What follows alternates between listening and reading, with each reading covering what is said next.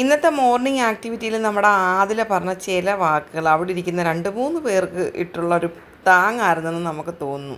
അതുപോലുള്ളൊരു സംസാരമായിരുന്നു ആദിലയുടെ. ആദില പറഞ്ഞ 2-3 പോയിന്റുകൾ അത് നെവിനെയും അക്ബറിനെയും ഉദ്ദേശിച്ചാണ്, അവരെ മാത്രം ഉദ്ദേശിച്ചാണ്, അവരെ തന്നെ ഉദ്ദേശിച്ചാണ്.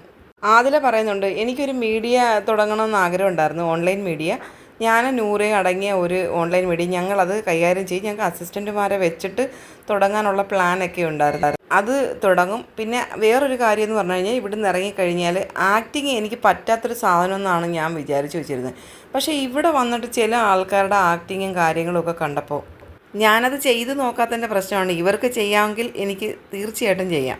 ഇപ്പോൾ ലാലേട്ടൻ വന്ന് സംസാരിക്കുന്ന സമയത്ത് ഇവർ 10 മിനിറ്റിന് മുമ്പ് വേറെ ആയിരിക്കും. ലാലേട്ടൻ വന്നു കഴിയുമ്പം ഇവർ വെറും കുഞ്ഞായി മാറുകയാണ്. ഇപ്പം ജനിച്ചു വീണ ഒരു കുഞ്ഞായി വേറെ ആളായി മാറിയിരിക്കുകയാണ് ഇവർ.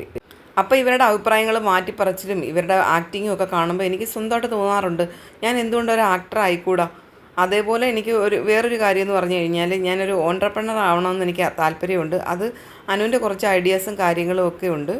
ആക്ടിവിറ്റിയിൽ ആദില പറഞ്ഞ ആ ഒരു പോയിന്റ്, ലാലേട്ടൻ വരുന്ന എപ്പിസോഡിൽ ചിലരൊക്കെ കുഞ്ഞു വാവയെ പോലെ ആവുമെന്ന് പറഞ്ഞത്, അത് കൊണ്ടത് നമ്മുടെ അക്ബറിനും നെവിനും ആയിരിക്കണം. കാരണം ഏറ്റവും കൂടുതൽ കംപ്ലീറ്റ് ആക്ടറുടെ മുമ്പിൽ ആക്ട് ചെയ്യുന്ന 2 കണ്ടസ്റ്റൻറ്റുകൾ, ഒന്ന് നമ്മുടെ നെവിൻ കപ്രീഷ്യസും പിന്നെ നമ്മുടെ അക്ബർ ഖാനും അല്ലേ.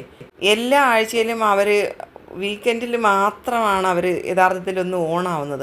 ബാക്കിയുള്ള വീക്ക് ഡേയ്സിൽ അവർ ആ സോഫയിൽ ഇങ്ങനെ അലസമായിട്ട് കിടക്കുന്ന ഒരു അക്ബറും, പിന്നെ ആരെങ്കിലും ഇടയ്ക്ക് പോയി എന്തെങ്കിലുമൊക്കെ പ്രശ്നങ്ങൾ അനുമോളുടെ തോളെ കയറാൻ മാത്രമായിട്ടൊരു നെവിനും. വീക്കെൻഡ് എപ്പിസോഡിൽ നെവിനും അക്ബറിനെയും നമ്മൾ തന്നെ ആലോചിച്ചു, ഇവരൊക്കെ ഇവിടെ ഉണ്ടായിരുന്നോ, ഇവരെന്താ ഇങ്ങനെ, ഇത് പുതിയ ആൾക്കാരാണോ നമുക്ക് തോന്നിപ്പോവും.